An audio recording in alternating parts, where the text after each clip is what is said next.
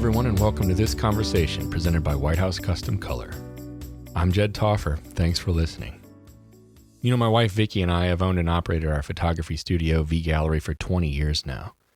White House has been our lab for the last 16 of those years, and we could not be happier. White House is a family-run business, just like ours.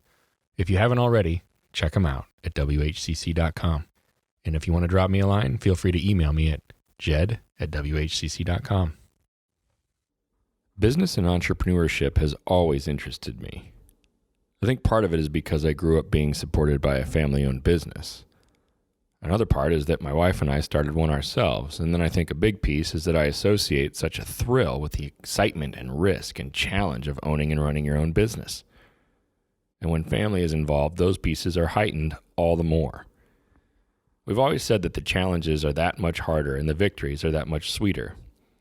That's why I was excited to sit with local photographer friend Jarod Schilling. He grew up in and around and actually took over his dad's photography business. He's an entrepreneur at heart and a family man on top of everything else. It's clear that he learned a lot about both of those things from his dad. Jared's a really good guy. He's honest and genuine, and as you'll hear right away, he knows how to dish out a compliment or two. You know what? I've always, Jed, obviously we've never been super close friends, but we were every time I've ever been in a room with you, I've always enjoyed being with you. I really have. I think you have this realness. I don't care if we're on live or not, or podcast, whatever. I always enjoy talking with you because you just exude realness. And I think you are very open-minded and you embrace everybody's opinions and you listen and you contribute both. So you're not just a talker. Right. But I've always noticed that about you. You're a listener. And so I've always thought that was really cool. And so when you messaged in yesterday, I was like, that's awesome. I don't care about podcasts. I don't listen to them or anything, but I would love to sit and hang out with Jed for a day. You probably didn't know that I even did this. I did know. I did know you did. Yeah, because I get the White House emails. Right. Just because I'm on their mailing list. Sure. So I see, Jed, this conversation with such and such. I've never listened to one, not because of for any reason. I just don't listen to podcasts. You're not a podcast guy. Yeah, right. But so more so it was for me, Jed, was I would love to sit and just talk uninterrupted, not having to worry about other people, just sit and talk with Jed. That sounds like a heck of a lot of fun. And my wife's like, man, that sounds fun, because she likes you. She's like, he is the nicest guy. I was like, I know. She's like, you guys are going to have a lot of fun. I was like, I know. I was like, I genuinely am looking forward to hanging out with Jed Taufer. That makes me feel really good. Typically, the person that I'm talking to, one of the things that I try to do with someone when I have more notice, right, is that they pick what they want to talk about. And normally it's because, I'm talking to somebody that's everybody knows, they're famous or whatever. Yeah. And they're a marketing guru, right? But maybe you wouldn't be surprised to know that a person that's a marketing guru doesn't really want to talk about marketing, or they have a lot of other stuff they want to talk about. And normally when you're asked to speak somewhere, they say, we want you to come in and talk about this, that, and the other thing. And it's usually like your wheelhouse, so to speak. Yes. And so a lot of people like to sit down and talk about something that has nothing to do with what they're known for. Okay. Right. So that's kind of my angle. Interesting. With you, and I've done this a few times because some people are like, I don't have anything that I really have anything specific to say. But from my standpoint, then I think, well, how do I view that person? Okay. So I view you, and this is what I wanted to get into today a little bit, as taking over. In other words, your dad, this was a family business. Yeah. That your dad owned, right? Yep. And at one point, you and your brother, and correct me if I'm wrong. This is how I thought it happened. Is that at one point you and your brother were in the business with him, working with him. Yep. And now your brother isn't. Yep. Hasn't been since 2003, 4. What? I didn't know it was that long. I would have guessed about 10 years ago. Maybe 7. I honestly. Either way. Whatever. But he did photography for a little while. Right. But he's not anymore. No. It's just you. Yep. And your wife to some degree. Yep. And you're primarily a wedding photographer. Yep. And where do you say you're based out of East Peoria, or you're based out of Washington, Illinois? Where you I would based say, out of? I would say we're based out of East Peoria. Yeah, that is where our gallery is. Yeah. So Yeah, it's down there, still in the same spot. down still in the same spot. I mean, And so from my thought about you and what you could talk about was essentially how that has happened and how it's gone from your dad as like the boss of whoever, yeah, and then you and your brother coming in and working with him, yeah, and how all that looked. okay, And then the transition into now it's you, your brother's out, yeah, your dad's out, oh yeah, pretty well out. Oh yeah, I mean, I see what he's posting all kinds of different things he's that not have in the nothing. photography realm. Right. No, he does a lot of other things, but he's not in Right. photography. Yeah. That's what I mean to Yeah. say. And so now you've kind of gone through these phases Yeah, that have now ended up here. yeah, And so in my mind, that's you taking over. Now I don't mean a hostile takeover. I mean more like taking over the reins. Like your dad Yeah. held the reins. Yeah. And then at one point, your brother and you kind of have your hands on the reins to some degree because Yeah. at the very least, you're his kids. yeah, Right. right, And now you are holding the reins. yeah, yeah. So that's what I mean by Okay, taking over. interesting. Okay, cool. Who are you? Like, are we starting with like name? Name's a good place to start. Okay. Usually. I am Jarod Schilling, and I steer the ship at Schilling Photography. That's right. You hold the reins I hold the reins. in here in Central Illinois. Yeah. And Yes. how long has Schilling Photography been a thing? Schilling Photography. My dad started Schilling Photography.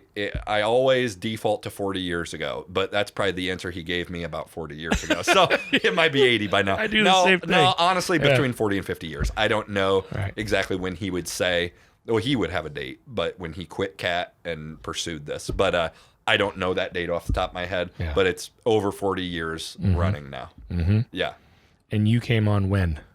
Okay, so I graduated high school in the year 2000 and dabbled in some landscaping, dabbled in a couple other odd jobs, but then I started assisting him at weddings right in about 2000, 2001 maybe.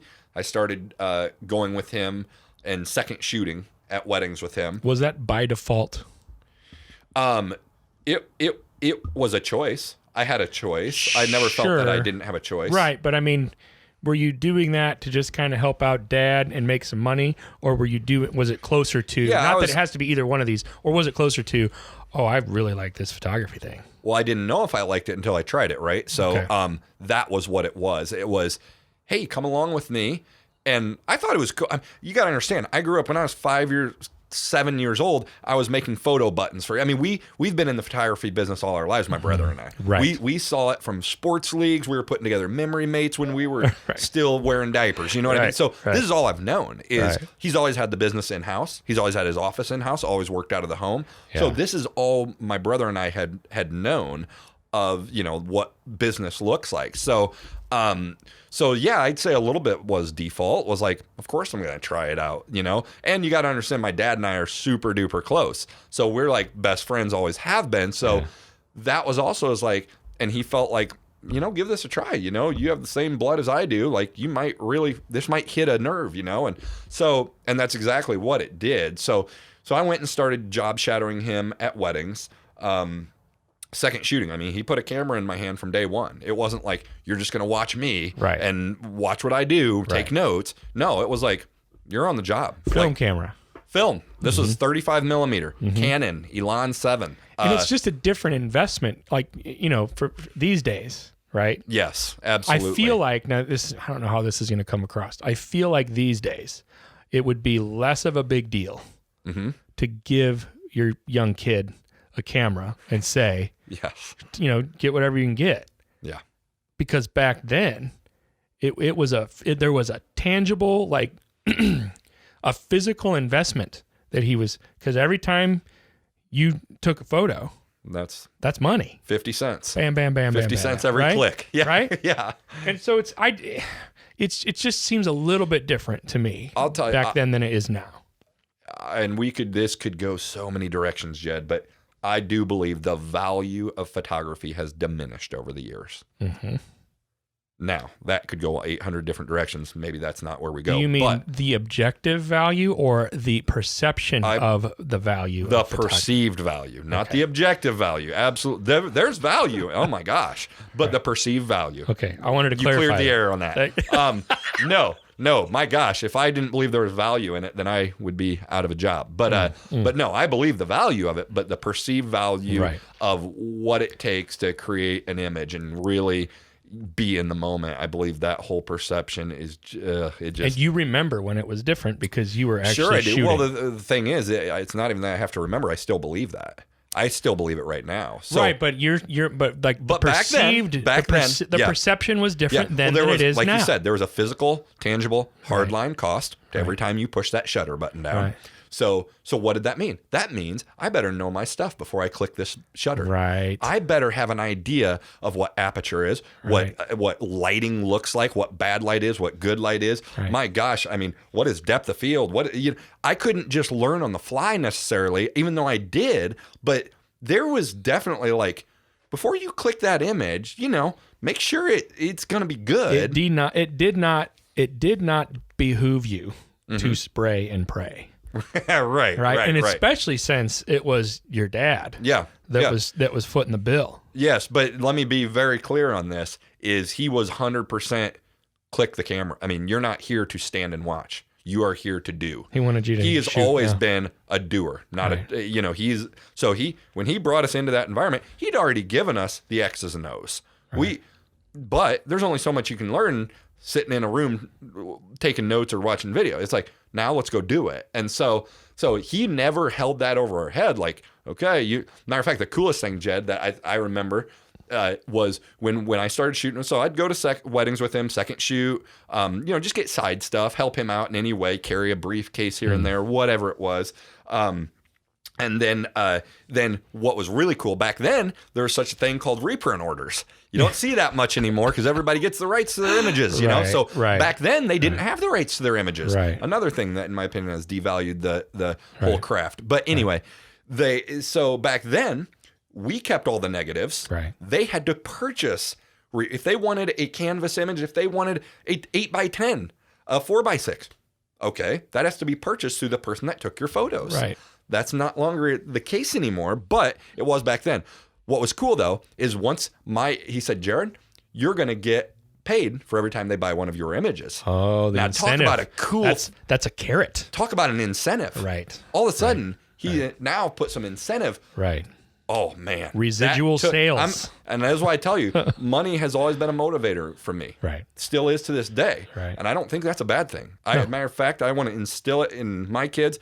But all I'm saying is this. When I saw a reward coming for my labor, that took it from 1 to 10. Right. All of a sudden, it was like, oh, my goodness. I can make money doing this. All of a sudden, then, it wasn't a year later. I was shooting my first wedding at Mount Holly Country Club at age 19 with Julia, my now wife. We weren't married then. And it was probably a 3-hour coverage for $600. Yeah. And I will tell you, that $600 meant the world to me. You're telling me I can go out for 3 hours. Yeah. Because there was no editing back then. It was just, I clicked the shots, I turned them into the lab on Monday. Yeah. And I get $600. Now, obviously, back then, I wasn't paying for my own insurance, my own, all the stuff. I wasn't footing all the life bills. Right. But back then, it was like, I did see, though, and to a certain extent, it's carried on, that this can be a profitable business. I can go out and be with people. I actually enjoyed it. I enjoyed the interaction. My dad has always been a people person. I saw the way he was always interacting with the bridal party, with the families represented. It was like, in some senses, he was kind of the life of the party as I watched this. Right. Like, they were all feeding off of his energy as a photographer. Right.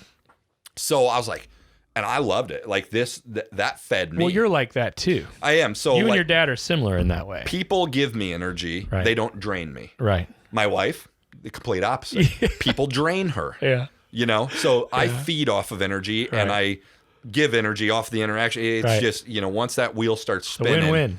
It's a win-win. So anyway, so is that when you knew that Mount Holly? Because that was my next question, but I feel that like was you the answered first it. wedding I photographed, and I didn't have another odd job at that point. So, and I don't think I ever took another odd job since then.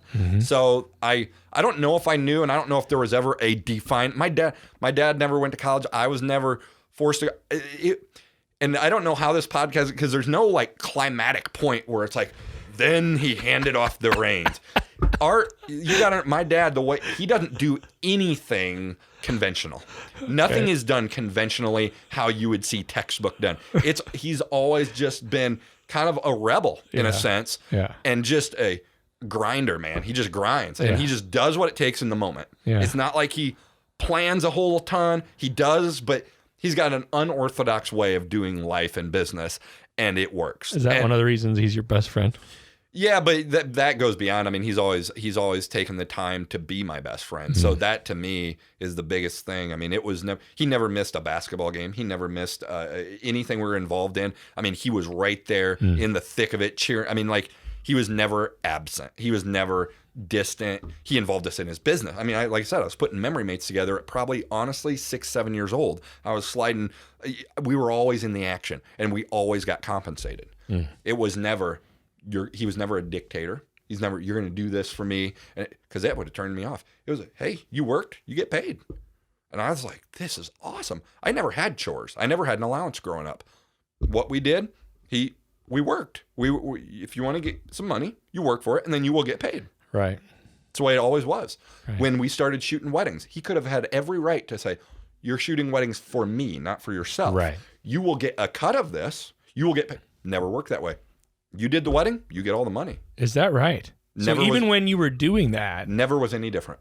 You got all the money. We had separate price lists. He had his price list, and then I had mine, and Josh had his. I didn't know that either. How unorthodox is that? It's a little different. A little different. And it worked. Like I just say, it worked. It just worked. And we would go to bridal fairs. I remember going to Weaver Ridge at a booth, the three of us in a booth, and they would select whether they wanted my dad, me, or Josh. Now, that just seems so awkward to me. How awkward could that have been? I'm scared just listening to it. It seems because if it was me and my dad and my brother, I would have got the least. Yeah. No. So it's like, we even had a conversation one night around the table at home is, Jarod, what do you want your business to be called? Now, Josh, what do you want yours to be called? I remember thinking like, do I want In Focus Photography or all these cheesy, catchy photography names? They weren't back then. No, but that's cheesy. Right. But then it was like, but honestly, and I got to say, God knew what was going on back then. Mm-hmm. He knew the story. He knew the way this was going to look in 20 years. Right. We were just figuring it out along the way. Right. And it worked. It just worked. Josh did it for a while. My brother, Josh, he photographed weddings for a while. He worked at Peoria Camera for a while, developing film in the darkroom.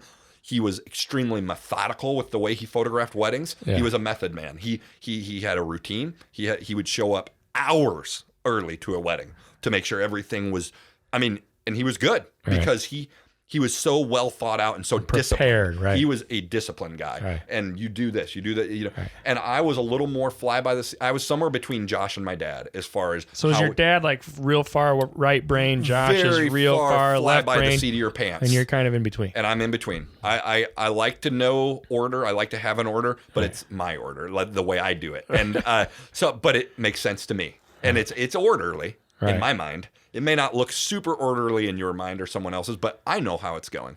So I've been able to then, refine that over the years and this and that. So anyway, so we're at this point we got married in 2003. Again, Julia, my wife, is an extremely creative person, has crazy creative stuff beyond what I do. And Lord knows I needed her during that time as well. So we started so we were a team. And my dad had an assistant in his later years, but that was never a thing. You didn't need an assistant like you do now. Everybody, oh, well, who's your second shooter? I wouldn't even, we didn't grow up under that. It was, you're the photographer, you do your thing. So anyway, having Julia and I as a team and Josh and his wife as a team, that was something Schilling Photography could now offer. That was pretty cool. And at the time, I'm not going to say it was revolutionary because there were other photographers that were husband and wife teams, but it was just now we had that. So now we were in that mix. And I think that was a cool thing. Then it wasn't long after that, when I say not long, maybe a few years after that, Josh was kind of, it just wasn't his thing. I mean, he still did a great job. What happened was, as it started going on, then it got into digital, then we got a digital camera, the Canon 30D in year 2003. And then we went digital. That was quite the transition because then we were shooting some digital, some film. Then it got to the point where, and I could belabor all this, but then it got to where we were all digital. And then I was doing all the editing for Josh, my dad, and myself. Oh, my. Yep. I was getting compensated. Good. Like I said, this was never a thing of you're under Schilling Photography by default, Right. you edit the weddings. No. Right. Like, Dad had me editing his digital files. Josh had me editing his wedding, and I was editing my own because I really embraced that digital path. Right. And I began to see how this could go a little bit. But then as it got a little further on, and I don't even know, 2006, 2007, basically what was happening, I think Julia and I were kind of wanting to go a certain direction with it. My dad, and I think he would say this too, he was pretty set in his ways. He also didn't want to spend his life behind a computer. He'd never had to do that in his life. Of course. He'd always been, hey man, I shoot the wedding, love what I do on the weekends. Right. Then I send it to the lab. I don't have to think about it. Right. And then I do what I do, and he had a routine and a schedule for the week. Of course. Now all of a sudden, it's becoming more of a quote unquote job. All of a sudden, you got to now edit. You got to do all this stuff. Right. He didn't ever love that. And so that's where I think a big turning point, and again, it kind of had to happen that way though. And so he started, just slowly handing the reins over. I mean, we'd get called and say, hey, we request Jarod. He photographed and my dad loved that. He's always been pro, us. Right. Like anything. Yes, awesome. Jarod photographed your wedding. That's amazing. You loved what he did. Awesome. Jarod, hey, we just got a call, man. Somebody just called in. They loved the wedding you did for their friends. They want you to photograph it. That literally would have been one of his responses. Right. So it was never jealousy or, oh, why didn't they want me? You know what? My gosh, no. So that started happening more and more. And so then with the digital, him not wanting to be behind the computer as much, it just started to make sense. Right. And he was, I don't think he was that old, but I mean, he was maybe 50, I don't know, whatever it was. I don't honestly remember how old he was the day he said, that's my last wedding. I don't know if he ever did do that someday. Or at one point he said that. He said, I think, Jed, the conversation we had was, again, nothing was orthodox or like, here's what we're going to do. We're going to sign a contract. None of that stuff. None of it. It was, man, Jarod, we were probably out on a boat fishing. Man, Jarod, I don't know how much longer I'm going to do this. What do you think? Well, I don't know, man. It's up to you, Dad. Do you think you can run this thing? Do you want to run? Well, yeah, I mean, I think I can. I mean, all right, well, and I know there was a point there where he was a little frustrated with my initiative. We had a couple tough conversations, not many, but we had a couple tough ones that I think. So there were some challenges along the way. Oh, sure, there were challenges. And, and there, again, it was kind of a thing of, we were in our mid-20s at this point. Of course, our style's going to be different than a 50-year-old. Right. So it was like, we had ways we wanted to see our pictures. We had an image we wanted to portray that we weren't. Right. Now, I'm not saying it was because it was just like, it wasn't happening that way. And Right. so it's like, there was some rubbing, I think, a little bit here and there. Right. And I know there was some frustration where he believed, like, man, I remember there were a couple conversations where he didn't believe I was driven. Like, you got to show some initiative here. Like but Jed, truthfully, my heart wasn't in it the way it was going. So I couldn't really jump on board with the way it was going to be passionate about that. Right. I wasn't passionate about that. How could I can't fake stuff very well. So it had to be how I want it to be for me to be passionate about it. So I remember there was a couple tough conversations in this, and him saying, I had a sleepless night. Are you going to be able to run this? Are you going to be?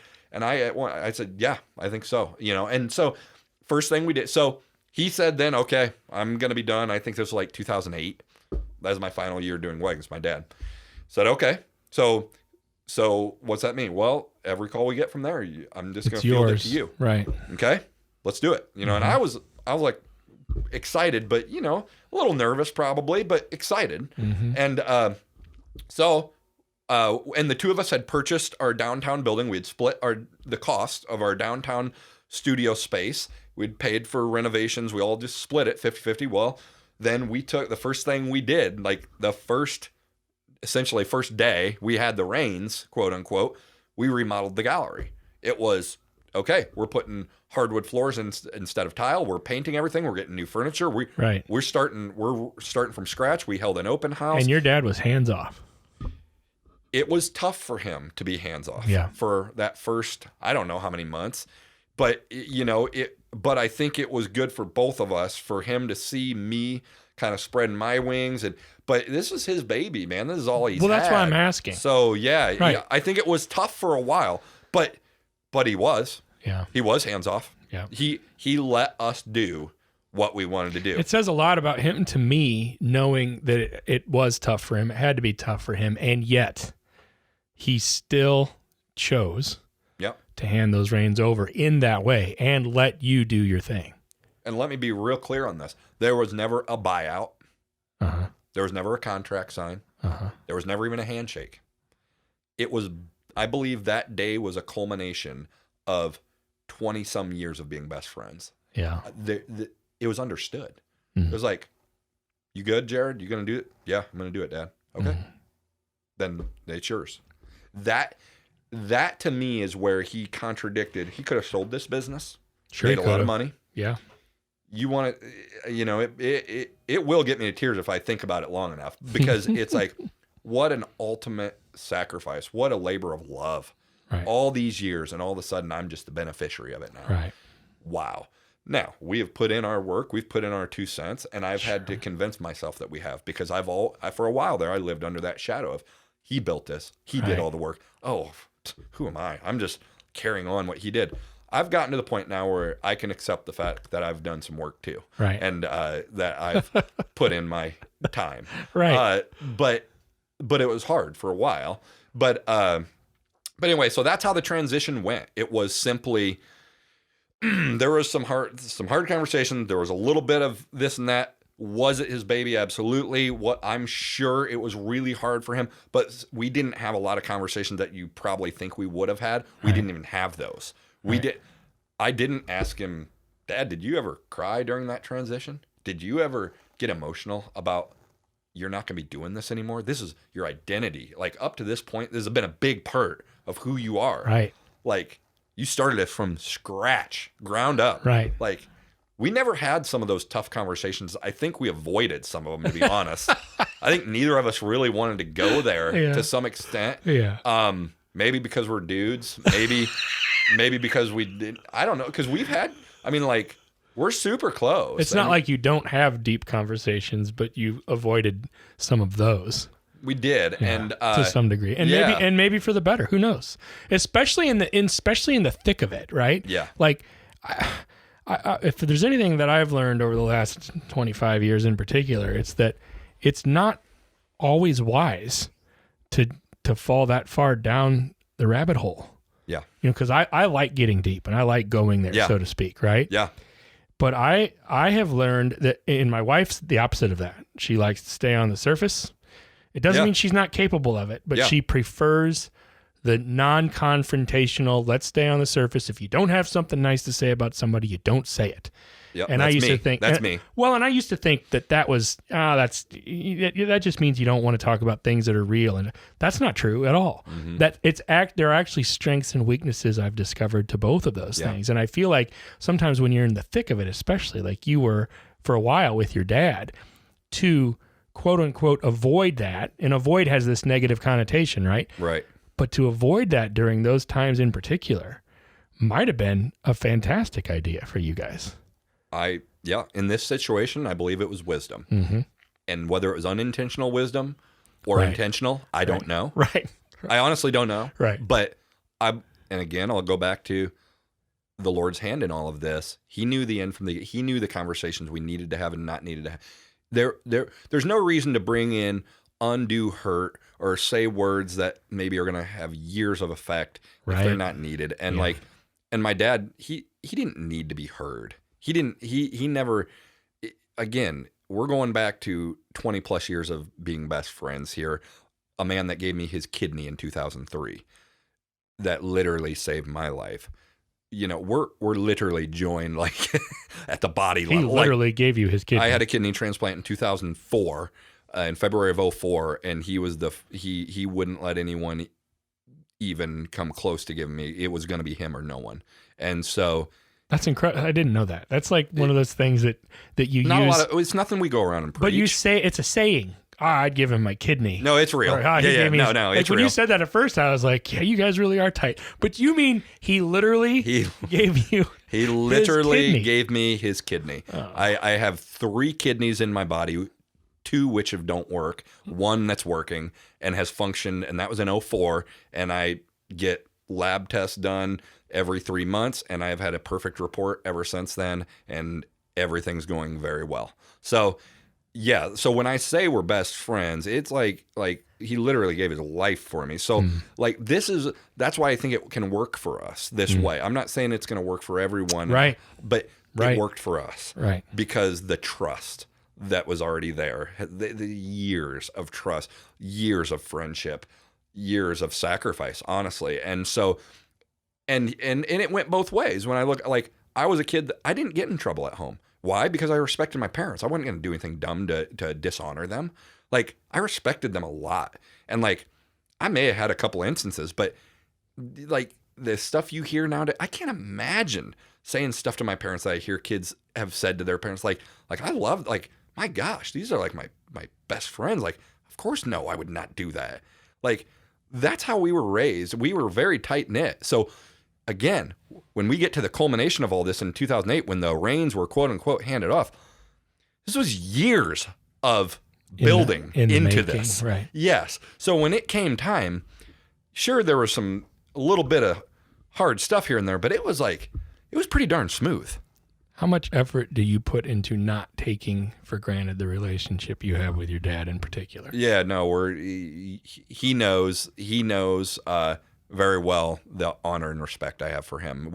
We don't go too long without acknowledging that. So no, I mean it's birthday cards with notes in them every single year. It's constant communication. I'm texting with him probably nearly every day, talking, hanging out. It's all our family too, and it's my mom too. I mean, it's my brother. We're all very, very close. We're a very close family, and so it's extremely intentional. And the grandkids now are the beneficiaries of it, and it's amazing to see it through now. Me being a dad, and let me tell you something. This is the most cool thing ever. My daughter, who is 12, 3 weeks ago, assisted me at a wedding for the first time. Did she really? Second shot the whole time. Oh, I saw that. I did see that. You want to talk about I did cooler see than that. cool? Yes. Coolest thing I've done this year. Yeah. And my daughter, 12 years old, she knows aperture, she knows shutter speed, she knows ISOs. She knows how to take a photo, she knows what looks good. And I want to tell you something else. She knows how to hold herself in a crowd. She is extremely respectful. She's the coolest thing ever. I can't even her and I have a best friend. Like, she's my best friend. Like, she's the coolest. So like she chose, she's in 6th grade. She chose with her free Saturday, which she could have been hanging with friends, playing, doing all her stuff. She wanted so bad. She's had this day on her calendar. That's the day I get to assist Dad at the wedding. Like, she's had this on the calendar since this extremely gracious bride and groom asked her to. They asked her to. Is that right? Because she photographed the engagement session with me. Oh. And they wanted her there for the wedding. They are the sweetest humans on earth. And they emailed me saying, would Olive want to join on the wedding day shooting too? And at that point I said, well, I'll ask Olive. Yeah. I asked Olive, over the moon. Like, you know, it was Super awesome. honored So she to went do with it, me right? On October 26th. It was the rainy, coldiest, crappiest wedding day that we've had in quite a while. Yeah. Not one complaint from her. She was not riding my coattails the whole day. She was doing her thing. Right. Like, we communicated, but it was not on, okay, do this now, Olive. No. It was like, are you freezing your butt off, Olive? I am. Right. And she'd be like, yeah, I'm cold. but she had a smile on her face from the time we started at the Pier Marquette with the dressing room and detail photos till the time her grandma picked her up to leave later that day. And her shots were phenomenal. I mean, like so here's that was awesome. This is why I personally, Jed, this is why I don't have to listen to a podcast. I don't have to read a motivational book to get me going in the morning. Yeah. All I have to do is go in and wake up my son and my daughter. There's all the motivation I need. That's it from me. And my wife as well. But I don't read books. I don't listen to podcasts. I don't need any more motivation. I got it. It's in my house. If that doesn't motivate me, then why the heck would Tony Robbins motivate me? When my own flesh and blood, if I can't do it for them, you make a good point. Then you tell me what's going to motivate me. If those two little faces looking at me every morning doesn't motivate me, then I'm useless. What's it like to be on the other side of the coin now as history is repeating itself? Because it's there's a lot of similarities to what you just said. Olive, you're the dad. Olive at 12 years old has told me she wants to run Schilling Photography. And I want to tell you, she's a boss. We've called her the boss since she's been born. Not because she's bossy, though. Right. Because this girl has a gift of leadership. She gets leadership award every year at school. She's on the boards, all these things, whatever they all are. Yeah. But not out of arrogance, not out of pride, not because because she's a listener. She's a doer. The girl has crazy initiative, and it's all innate. It's not because someone told her to. Right. From the time she gets home, she is teaching her class in her bedroom. From the time she gets home from school for 2 hours every single day. I kid you not. You can come over to my house today after school and listen. You hear her teaching. You hear her talking to her students in an they're fake. They're artificial students. There's no students in the room. She's a teacher. She's a motivator. She has this just built in. I don't take credit for it. Like, I love her. Well, I love her like a daughter, but she just has it, man. She has you the might gift. want to take a little credit. Here's where I take credit. There's a lot of similarities, I think. Yeah, I take credit in that my wife and I both encourage her to be herself. We encourage her, hey, Olive, if you want to go work at Disney for a year after school, go do it. You don't want to go to college, don't go. She's 12 years old, and I believe she has the ability to make some decisions right now that, I don't know. I'm not the parent that's like, you have to go to college and then you can decide what you want, as long as you go and get your degree. Why? Because it was never done for me that way, and it turned out all right. And so I'm all about my kid, So Olive wants to. She's saying it, man. Like, Dad, I want to work for Schilling Photography. I want to take it over. It's a lot can change, but yeah, it's history repeating itself. How far out into the future do you look?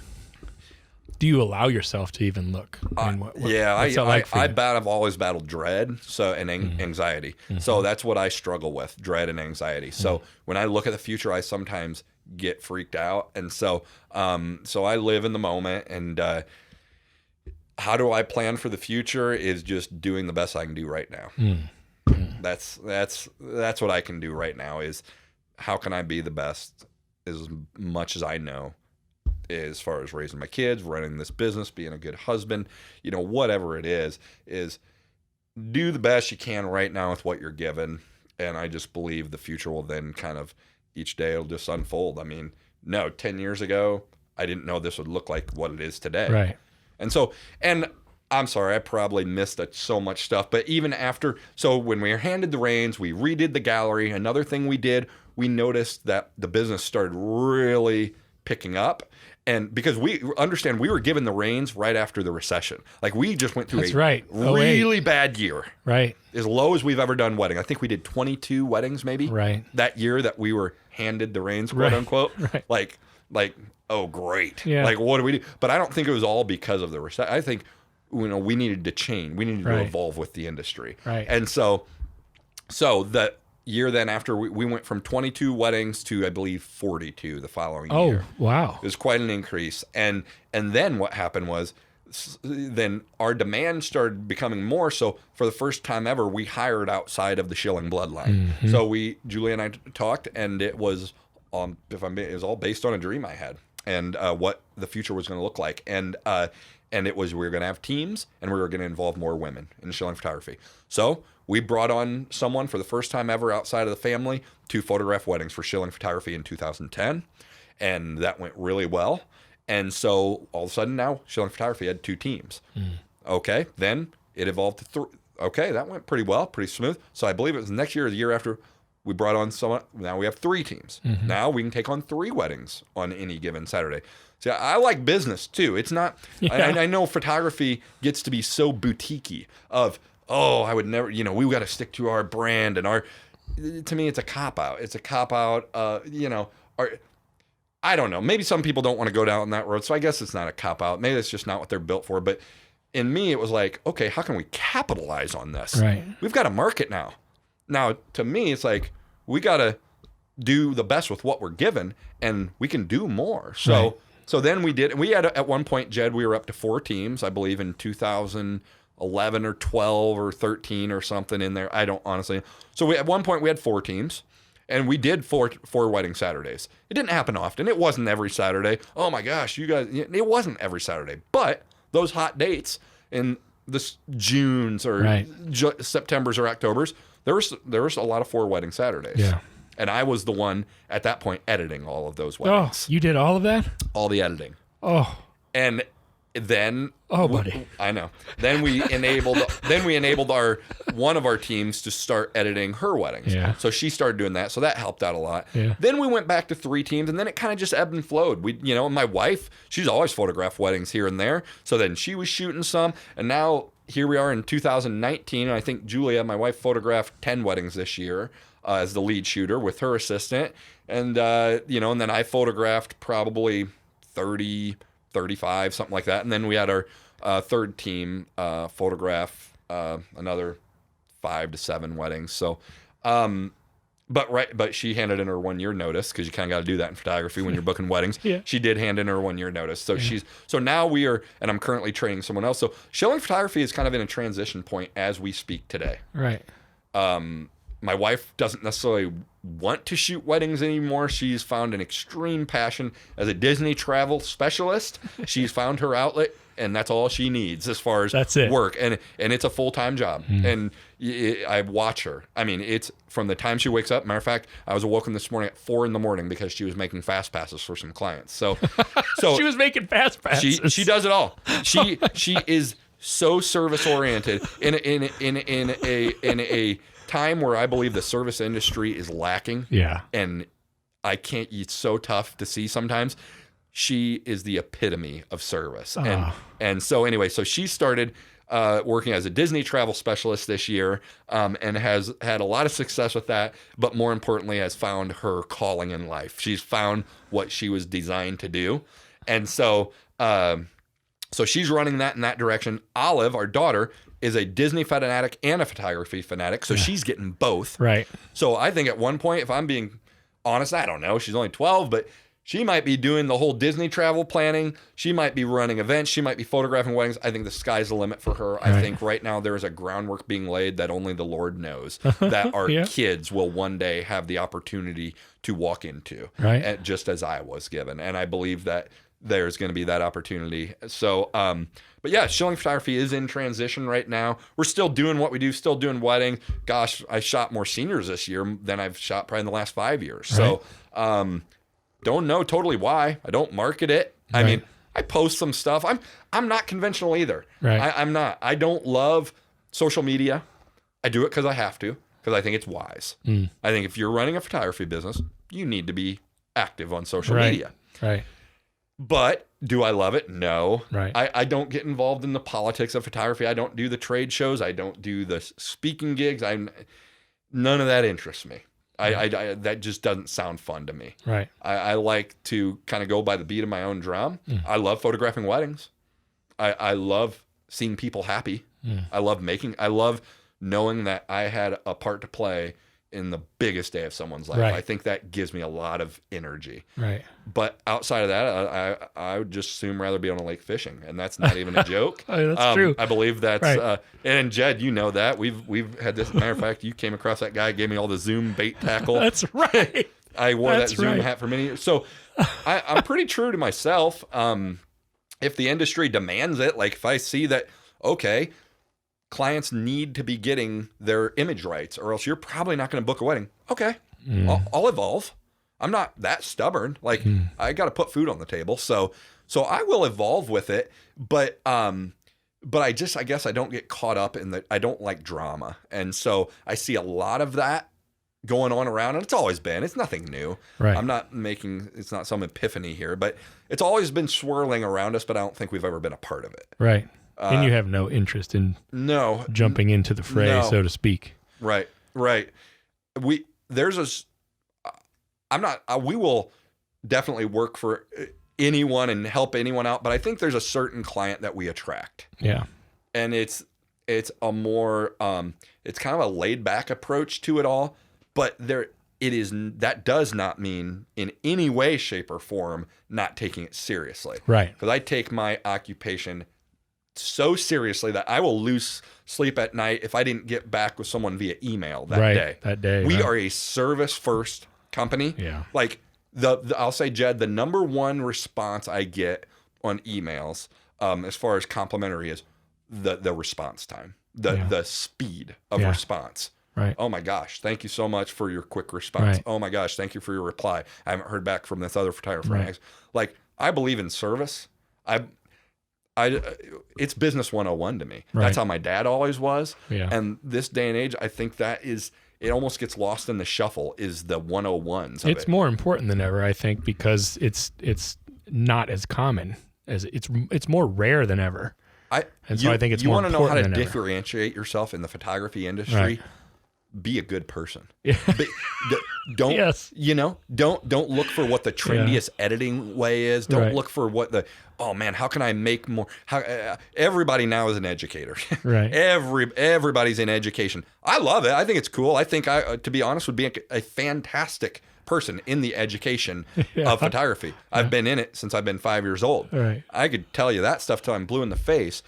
I think the way you stay relevant right now in the photography industry is you honor people, you love people, you give them service, give them great service, give them a great experience. Everybody's images and the final product, at some point, it all kind of gets blurry to me. Everybody's got a pretty good, not everybody, but there's a lot of good products out there. Yeah. To me, it's easier to sell my client. And I've said this to a lot of friends. They're like, what do you do different, to book a bride? Yeah. I'll say, honestly, I show up and I dress nice for their wedding. I don't show up in jeans. Right. I communicate with the parents. I communicate with the aunts and uncles. I let someone take a picture over my shoulder if they want to at the wedding. Right. That's how I stay relevant. Right. I am not above. I'm not a rock star. I've never looked at it that way. And I know a lot of people have is, oh my gosh, you can't shoot. If I'm shooting, you have to back. We don't sign no compete clauses with our employees. I mean, like, I just believe in the goodness of your heart should stop you from maybe doing something bad to me. Maybe that's a little naive. Well, but it's worked up till now. Right. And so anyway, that's my as far as photography is how we've stayed relevant all these years, how we've continued to book lots of weddings. We still do a lot of weddings. We just hang out with people. We love to engage, just like you. I mean, I think people are attracted to personality, even more so than images sometimes. Yeah. And it's a big piece of it, right? It is. And we're true to our brand as far as photography goes. We do not. I love the dark and moody style. I think it's cool. That's not who we are. I think it's cool. Yeah, sure, go for it. Yeah. But to me, I think we ooze authentic. I think that's where our wheelhouse is. Right. It's being real with people, being authentic. Here's how your wedding day looked. That's the kind of photos you're going to get. Right. We're not switching editing styles. Right. My wife would be like, she says it all the time. Man, we need to look at, let's, I know we don't have to change, but man, maybe we should look into some new presets or this. Right. I said, why do we need to? Right. Like, weddings haven't changed the way they looked. Why do we need to change the way we look? Okay. Like we do have a style. Right. It's a very romantic, whimsical, raw, authentic, emotional. That's what we do by default. Right. Not because we're choosing to do that for our brand. Sure. We aren't, here's how we're going to, that's who we are as people. Yeah. That's who we are at home. So that's who we are in business. Right. That's just the way we roll. Where can people find you on the web? Yes. So you can go to www.schillingphotography.com, schillingphotography.com. That's our website, which was also reconstructed and You redid redone. that too. We actually did. No, I'm a big believer in that. That's our baseline. Yeah. Our website is our baseline. You can go back there for a reinforcement. Yeah. It's not probably the number one place people are going to see us. I believe word of mouth is still the biggest advertiser into the industry. Yeah. I believe you get a happy client that tells their best friend, they don't need to go to your website. Yeah. It's Okay. worth 100 likes. Yeah. Okay, so then you got social media. Maybe 1,000 likes. And I believe Instagram is huge. Yeah. It is. We've seen that. I'm not negligent to that. Just because I don't love, I like, it's cool. I just don't like the time it takes to sit there and establish a post and think if it's going to be good enough and did I say the right words and all that. Oh gosh, that just creeps me out. But like, I like posting my work. I think that's pretty cool. Like like a extremely up to date gallery that people can go to. How cool is that? Yeah. So you can go on our Instagram, Schilling _ photography, and see our latest work and kind of see what we're all about there.